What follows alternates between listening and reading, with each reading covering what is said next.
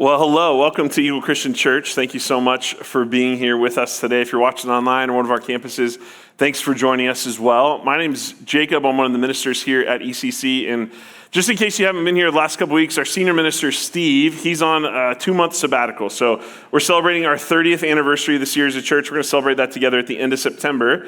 And so we told Steve, you have to take a little bit of time off. You've done this for 30 years, pretty much nonstop. And so he's gone for these next few months, but he will be back, okay? So if you're worried, he'll be back. He's not retiring. He's not going anywhere. But while he's gone, we're going to be continuing through our series through Mark. And so today, we're going to be looking at almost the entire chapter of Mark 11. And as we get into that, I just have to tell you, one of the things that has been annoying me in my life lately is pants. And that's not, I don't hate pants, okay? I'm pro wearing pants. Just nobody send Steve an email that I said I didn't, okay? That's not what I'm saying. I have a particular pair of pants. They're actually shorts, and they drive me insane. I bought them from Target, and I wear them, and they have like a seam for a back pocket. So it looks like, by all appearances, they look like they have a back pocket. If you look inside of them, actually, when I bought them, I was like, yeah, they have pockets, like whatever.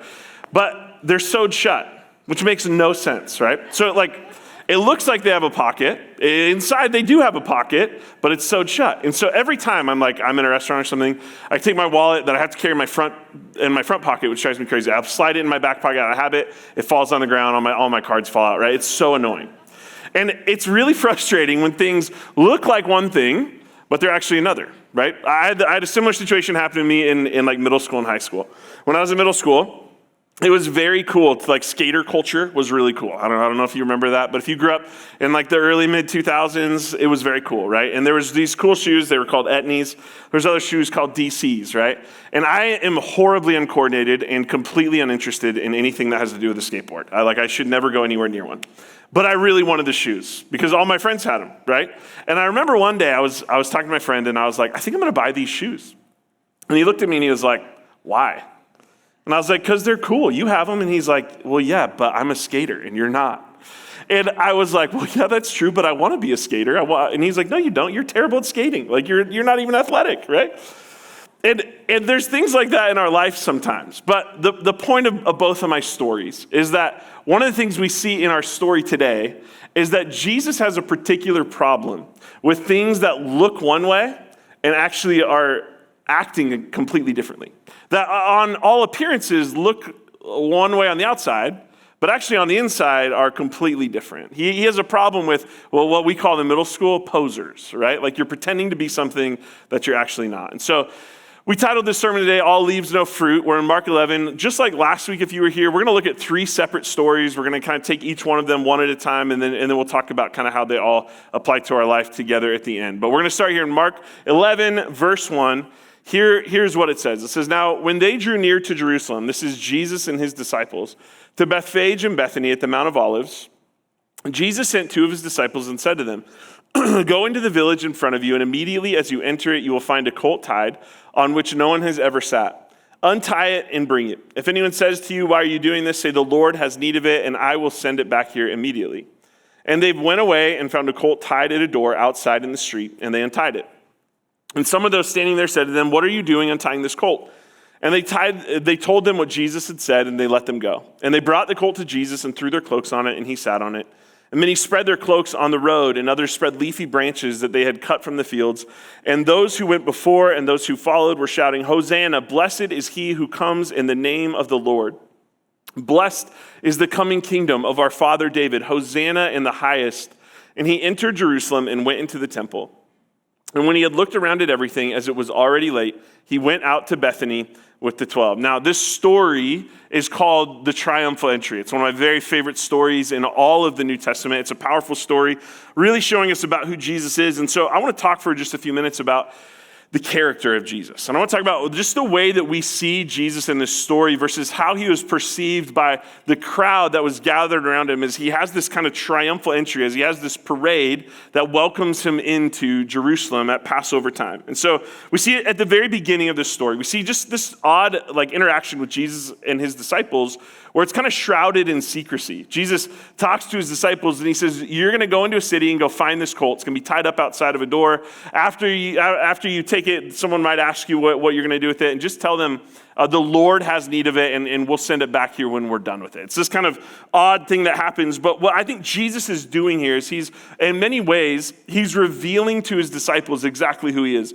He's showing him that he is the Lord, that he is the boss, and maybe he has some kind of supernatural knowledge, or maybe he's kind of set something up ahead of time. We don't really know, but here he's setting up the circumstances of what's going to happen, and it really all revolves around this donkey. And this donkey is a primary character in this story because a donkey is what was prophesied, that the Messiah that would come to rescue the Jews. A donkey is what Zechariah 9:9 says that the Messiah will be riding. Zechariah 9, it says, "Rejoice greatly, O daughter of Zion. Shout aloud, O daughter of Jerusalem. Behold, your king is coming to you, righteous and having salvation is he, humble and mounted on a donkey, on a colt, the foal of a donkey. It says, I will cut off the chariot from Ephraim and the war horse from Jerusalem. The battle bow shall be cut off, and he shall speak peace to the nations. His rule shall be from sea to sea and from river to the ends of the earth. But he is coming humble and mounted on a donkey." And when Jesus tells his disciples to go, there's one really important word that he uses. He says, if someone asks you what's happening, I want you to tell them, the Lord has need of it. That seems like kind of odd for him to say that. The Lord has need of it, and we'll send it back here immediately. But this word Lord in the Greek is this word kurios. And this word means owner or master or ruler or authority. Now, I don't think Jesus owned this donkey. But Jesus was declaring that he was the Lord, that he was the authority or the master or the ruler. And so these people say, okay, you can have this donkey. And so Jesus, he goes and they bring him the donkey and they put their cloaks on, and Jesus rides this donkey. But notice, this is a colt. This is a young donkey that has never been ridden before.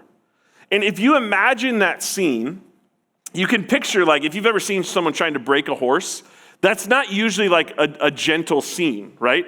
Usually involves someone getting thrown off a horse, like they have to get back on, and it happens over and over and over again until this horse is broken. Well, donkeys aren't really that much different. And so there's one of two things that are happening here. One possibility is Jesus gets on this donkey, and he's making a mockery of the whole scene. Like this is kind of a bucking bronco. And as he rides into Jerusalem, this donkey is making all kinds of racket, and it's trying to buck him off, and it's trying to get rid of him. But the other option is that the donkey actually recognizes Jesus as the kurios. He recognizes Jesus as the Savior, as the Messiah, as the Lord. He understands what really the rest of the crowd struggles to understand. Well, we have talked about this in the last couple of weeks, how there's all kinds of messianic expectation around Jesus.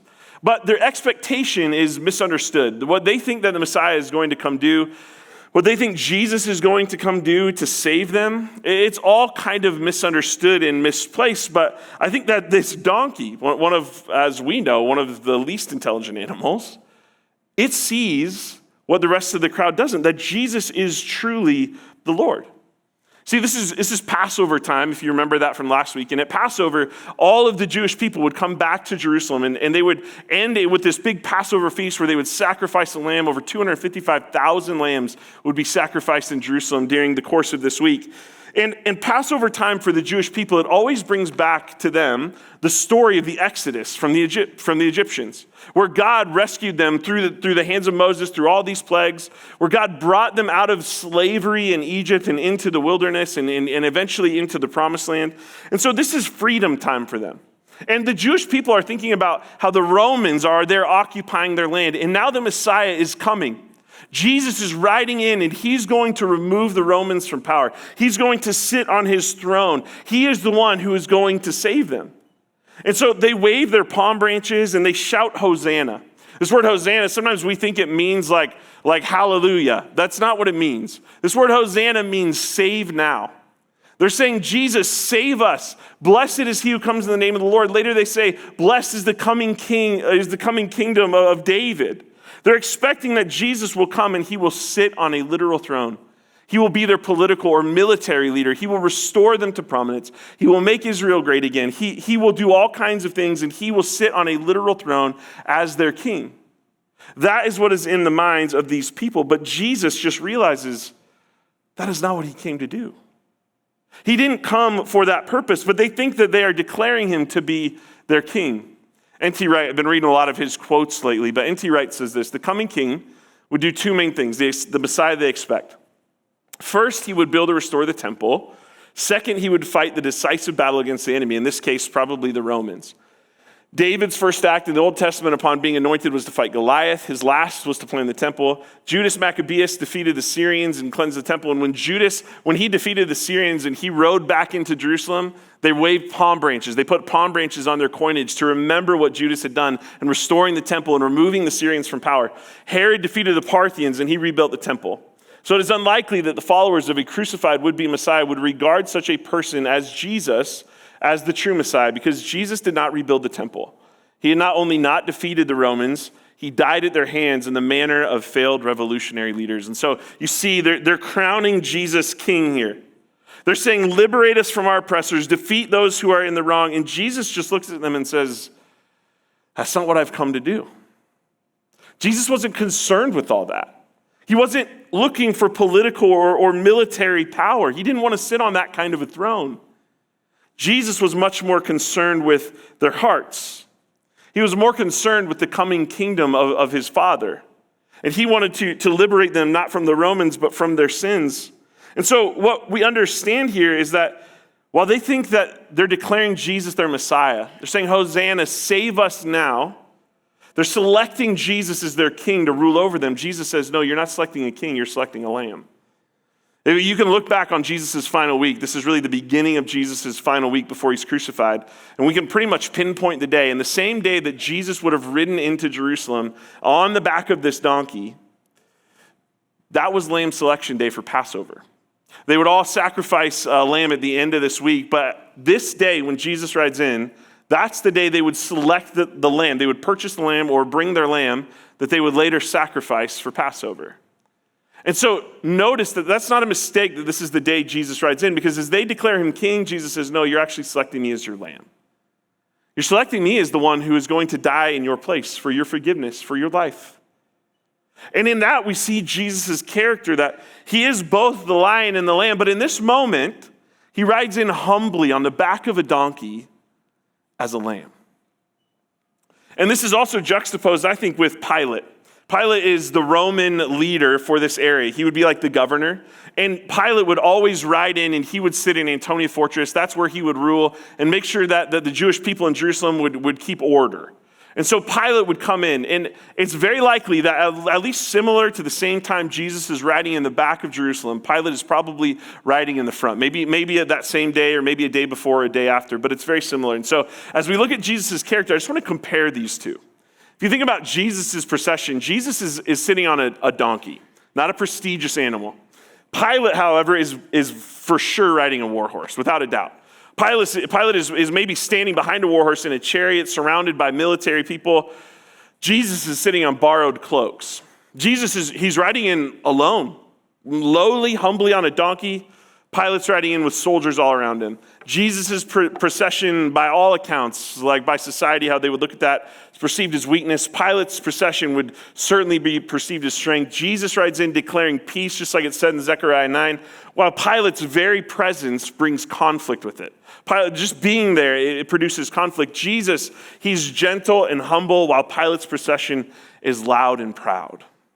And so I just want you to see that this is who Jesus is.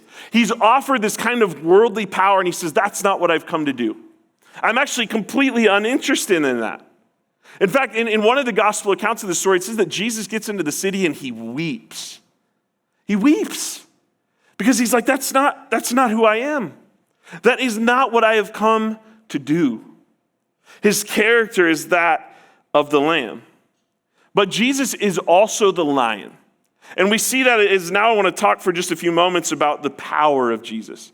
And we see his power really in this next story. Jesus, he comes across a fig tree the next day. It says he goes into the temple, it's late, and so he doesn't do what I think he was planning on doing. He leaves and he comes back the next day. And on the way to the temple, he encounters this fig tree. And so I want to read this story about him cursing the fig tree and then him cleansing the temple. Here's what Mark says. On the following day, when they came from Bethany, he was hungry. And seeing the distance a fig tree and leaf, he went to see if he could find anything on it. When he came to it, he found nothing but leaves, for it was not the season for figs. And he said to it, may no one ever eat fruit from you again. and his disciples heard it. So he curses this fig tree, all right? So we're gonna kind of come back to that story later, but I want you to see the power there. And then he enters the temple. It says, they came then to Jerusalem, and he entered the temple, and he began to drive out those who sold and those who bought in the temple, and he overturned the table of the money changers and the seats of those who sold pigeons, and he would not allow anyone to carry anything through the temple. He was teaching them and saying to them, is it not written, my house shall be called a house of prayer for all the nations, but you have made it a den of robbers. And the chief priests and the scribes heard it, and they were seeking a way to destroy him, for they feared him, because all the crowd was astonished at his teaching. And when evening came, they went out of the city. So again, here we see really the power of Jesus. We also see some of his character here, and in the first story, we see some of his power as well. But we talked about the character. I want to focus on the power.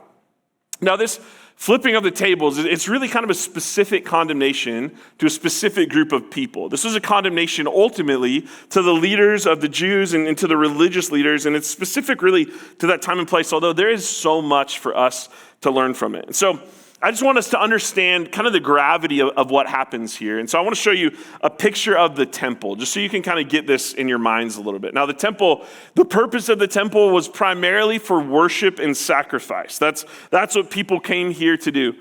And the temple is enormous. This is the outer courtyard. This would be the courtyard of the Gentiles. And this was 500 yards by 325 yards. It's about 35 square acres. So this is a massive piece of land. This is a massive building.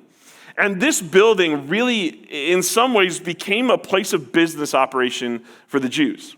This court of the Gentiles was really, in many ways, it was primarily a place where commerce happened. It was intended to be a place of worship. This was a place where a lot of kind of commerce happened. But the kind of commerce that happens here it wasn't just like they were buying and selling things. Really, it was incredibly corrupt. And so if you just imagine how this process would have gone, often they would have to travel, they would come to the temple, and to kind of atone for, pay for their sins, they would bring an animal with them, and they would give that animal over to the priests, and the priests would then take that animal and sacrifice it on behalf of the person who brought the sacrifice before God. But often when people would arrive, they would have to change money into the kind of official coinage of whatever they were using at that time. And so as they did that, often the exchange rate was incredibly exploitative. They would take money, but they would get much less money back in return. Often they would also have to purchase an animal there, because if you came from a long distance, if you traveled a long ways away, there was a very good chance that on your journey, another animal would attack the lamb that you brought or another animal that you brought to make a sacrifice with, and you would show up to the temple and it would be blemished, or it would be defect, and you wouldn't be able to use it anymore. And so they would often have to buy an animal there. So they would lose money in the exchange of the official coinage. They would then have to buy an animal for a very inflated price, and people were just over and over being taken advantage of. One thing actually that was also common that would happen there is sometimes people would bring an animal in to be sacrificed. Someone would look at it and say, well, that's not good enough. Sell us that animal, and you're going to have to go buy another one that's perfect. And they would sell that animal to somebody, and they would get paid pennies on the dollar for that animal. And then that person would turn around and sell it to someone else to be a sacrificial animal. So there's all kinds of corruption happening within this temple. And I want you to picture this. The size of Israel is roughly the size of the Treasure Valley if you go like from Mountain Home to Caldwell. So imagine you have to travel from Mountain Home here to the Central Valley campus of Eagle Christian Church. This property is like 25 acres-ish, right? And this temple is about 35. So you're traveling from Mountain Home on foot all the way here to Eagle, Idaho, to the Central Valley campus of Eagle Christian Church. And you're carrying an animal the whole way. And by the time you show up, you need to buy something. Maybe you need to buy food. And so you have to exchange money. You lose money on that exchange. So you have less money than you started with. And then you find out that the animal that you brought is no longer good enough. So you sell that animal for less than you originally paid for it, or than you could have sold it for anywhere else. And you're forced to buy something else. So that you can go and worship God. So that you can go and make a sacrifice to God. There's a lot of corruption happening here. Now, I want to just explain what this is not. Sometimes people just talk about this is just an indictment on the commercialization of church. Now, that is partially true. But it doesn't mean like just we sell Bibles in the lobby, right? That's not what this is condemning here. This would be like if we sold a t-shirt and we said, you have to pay us $500 to wear this t-shirt. And oh, by the way, to be able to enter and to worship with the rest of the believers here at ECC, you have to own that t-shirt. There's no other way around it. That's the kind of corruption that is happening here in this temple. And not only that, the court of the Gentiles is the only place that Gentile believers could go and worship and pray to God. That is the closest that they could get to God. The presence of God dwells right in here, and the closest they can get is here. And when they show up there, all that they find is a corrupt group of money changers and salesmen. It's loud, it's corrupt, it's busy, and that is the place that they go to worship. And that's why Jesus says, is my house not to be a house of prayer for all nations? But he says, you have turned it now into a den of thieves. And what the religious leaders have done is they've not only taken advantage of people who are coming to worship God, they have taken and turned a place of worship into something that is really only for their benefit. They're taking advantage of people who want to come worship God, and they've turned it into a place of something that only benefits them. They've made the good news of the kingdom for themselves and for their benefit and found a way to keep everybody else out. And so it says Jesus walks around this courtyard and he starts flipping tables. He's letting the birds out of their cages. He's angry because he does not enjoy when people are there to just play religion. And he certainly does not enjoy when his people are being taken advantage of. And so this really is an indictment on the Jewish leaders and on the temple and sacrificial system itself. And it's in this, again, that we see Jesus' power in his character. We see kind of the lamb in the first story, but here we see Jesus as the lion. And Jesus really in his character, he is both. But we see it here, and again, we also see it in the fig tree. But one of the things I love most about this story is that if you kind of get into history and again, messianic expectation and what the Jews expected the Messiah to come do, one of the things that they expected that Jesus would do, or the Messiah, whoever it would be, is they expected that the Messiah would come and they would purge the temple of all foreigners, of all Gentile believers. But now, as they try to keep those Gentile believers out, Jesus purges the temple for the Gentiles. He allows them to come in. He says, no, you are welcome here, and I'm going to make space for you here. That's part of the character, and that's part of the power of Jesus. But again, this story, it's sandwiched in between this story about the fig tree. And so I want to talk for a minute about how Jesus wants to produce his character in us. And I think that that's what we really see as we see this temple story sandwiched between two different stories about the fig tree. And so I just want to back up and read this first part to you again, where Jesus curses the fig tree. And then we'll skip over the temple story and we'll read Jesus' kind of explanation of why he curses this fig tree. And we'll talk about that. So here's the words of Mark. It says, on the following day, we read this piece. When they came from Bethany, he was hungry, and seeing in the distance a fig tree and leaf, he went to see if he could find anything on it. When he came to it, he found nothing but leaves, for it was not the season for figs. And he said to him, may no one ever eat fruit from you again. And his disciples heard it. Then he purges the temple, and then they come back by this same fig tree. It says they passed by in the morning, and they saw the fig tree withered away to its roots. And Peter remembered and said to him, Rabbi, look, the fig tree that you cursed has withered. And Jesus answered them, have faith in God. Truly I say to you, whoever says to this mountain, be taken up and thrown into the sea, and does not doubt in his heart, but believes that what he says will come to pass, it will be done for him. Therefore I tell you, whatever you ask in prayer, believe that you have received it, and it will be yours. And whenever you stand praying, forgive if you have anything against anyone, so that your Father also who is in heaven may forgive you your trespasses. Now, again, this story, he curses the fig tree. He goes back into the temple. He goes to the temple, and that's where he flips the tables. That's where he condemns the Jewish leaders. And then he comes back, and they see this withered fig tree, and he explains kind of this parable. It's really what he's doing is he's kind of acting out a parable of condemnation upon the Jewish leaders here with this fig tree. But he curses this fig tree, and Jesus is not just hangry here. Like, I have to imagine that he walks up to it, and he's like, there's no fruit on you, and I was hungry, and now you're going to die. And the disciples are like, wow, like, do you need breakfast, Jesus? Like, can we get you a Snickers, right? Like, it's okay. Like, take a break, bud.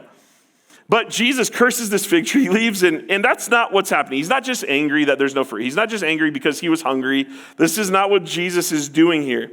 Jesus is angry because this fig tree showed all the right signs of life. It looked like it had everything. but it was all leaves and no fruit. It was all leaves and it had absolutely no fruit.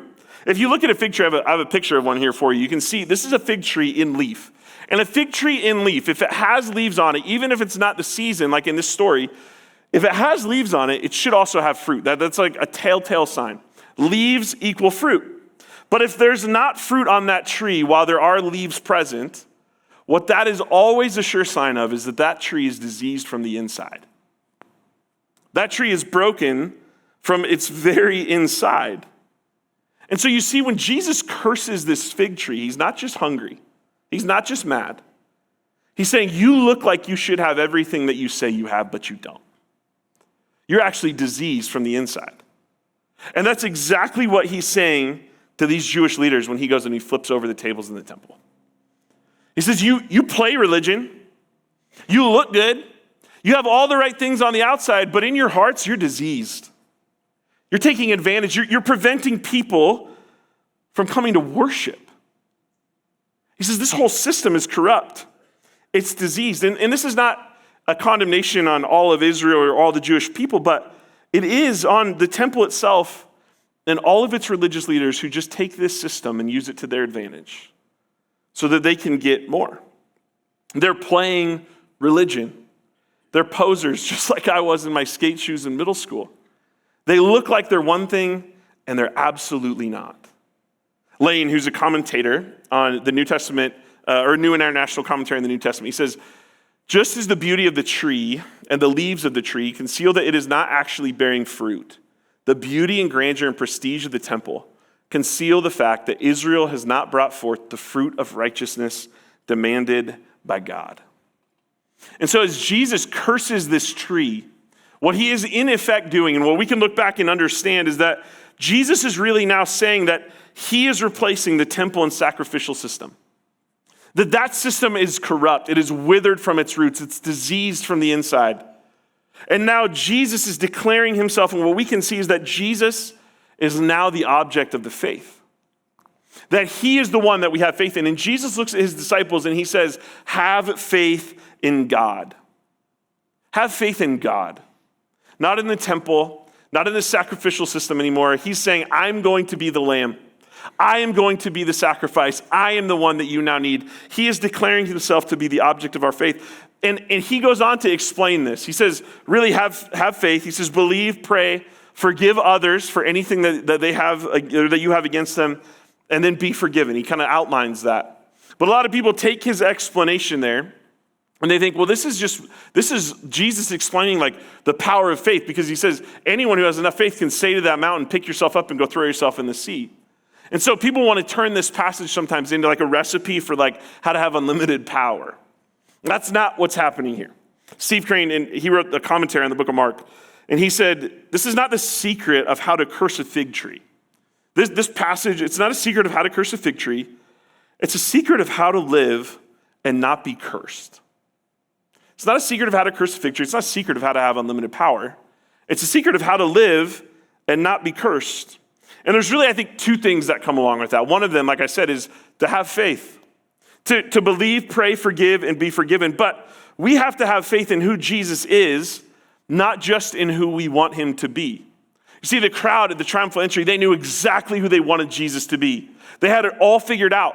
They knew exactly what the Messiah would come to do. And Jesus looks at them, he says, that's not who I am. And so just like today, just like that crowd, we have to have faith, not in who we want Jesus to be. We have to have faith in who Jesus says he is. And the truth is, we cannot have the kingdom without the king.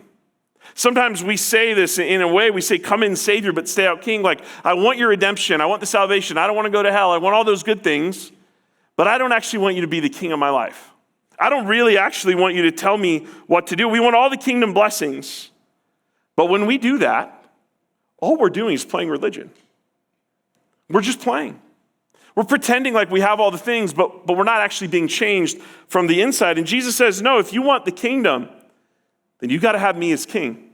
But it's not the kind of king that you might think. It's the king of your life. But again, we want Jesus to be exactly what we want him to be.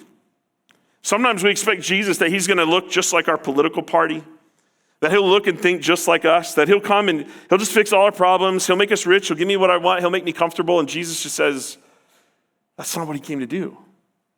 But we make ourselves king because we decide what Jesus does. We decide who Jesus is going to be. Jesus, you're the king that I tell you to be. And I think we know that we are actually the king of our life when we care more about what's good for us rather than what's good for others. We know that we're the king of our life when our happiness is most important, when our comfort or preference is the loudest voice in our life. When I say things like, if I don't get what I want, I'm gone. When I say things like, I start to think that Jesus, he would have thought and done everything exactly like me. That's how I know I'm king of my life. But I can know Jesus is king of my life. You can know Jesus is king of your life when you start to look at others more importantly than yourselves. When you start praying like Jesus tells us to do, that God's will be done. When you consider that Jesus would think, when you consider what Jesus would think, or you start to think of others more than you think of yourself, when you start to do things like maybe even in your life, like you start to hold to ethical business practices, even though it might not be best for your bottom line. But as we follow Jesus and we make him the king that he really is in our life, we will see real fruit. That is when his power will really enter our life and we will be able to produce the kingdom fruit that he wants to produce in us. That's where we stop playing religion. That's where we start living out the lives that Jesus asked us to live, and we start producing that fruit because his power enters our life. So the two things we do to not live a cursed life, we have faith in who Jesus is, not who we want him to be, and then we produce fruit by his power. Because if we're going to be his followers, if we're going to be his disciples, we cannot afford to be all leaves and no fruit. We cannot afford to play religion. Jesus won't allow it. He says, you might do all the things on the inside, but if you're still diseased from the inside, there's a problem. And the only way that disease can be fixed on the inside is for us to allow God to come in, to make his home within us in the Holy Spirit, and for the power of Jesus to make us new. You see, the temple, it was the dwelling place of God. That is where his presence resided. And Jesus walked in, he said, you're trying to keep all these people out, you're taking advantage of all these people, and Jesus rearranged the furniture. He flipped the tables. And the nation of Israel, it needed to be cleansed, but it's not what they wanted. What the Jewish leaders, what the religious leaders wanted was more power and more money. Jesus said no. They wanted to take advantage of people for their own gain. Jesus says no. They think they need to cleanse their land of the Romans and the Gentiles, and God is more concerned with cleansing their hearts. These religious leaders, they say, we're going to do this through political power. We're going to get rid of our enemies. And God says, no, I need to get rid of your sin. That's what God is concerned with. And the truth is that when Jesus died, the curtain of the temple that held God's presence in, it was torn in two. And now there's a new temple, and it's us. It's in our hearts.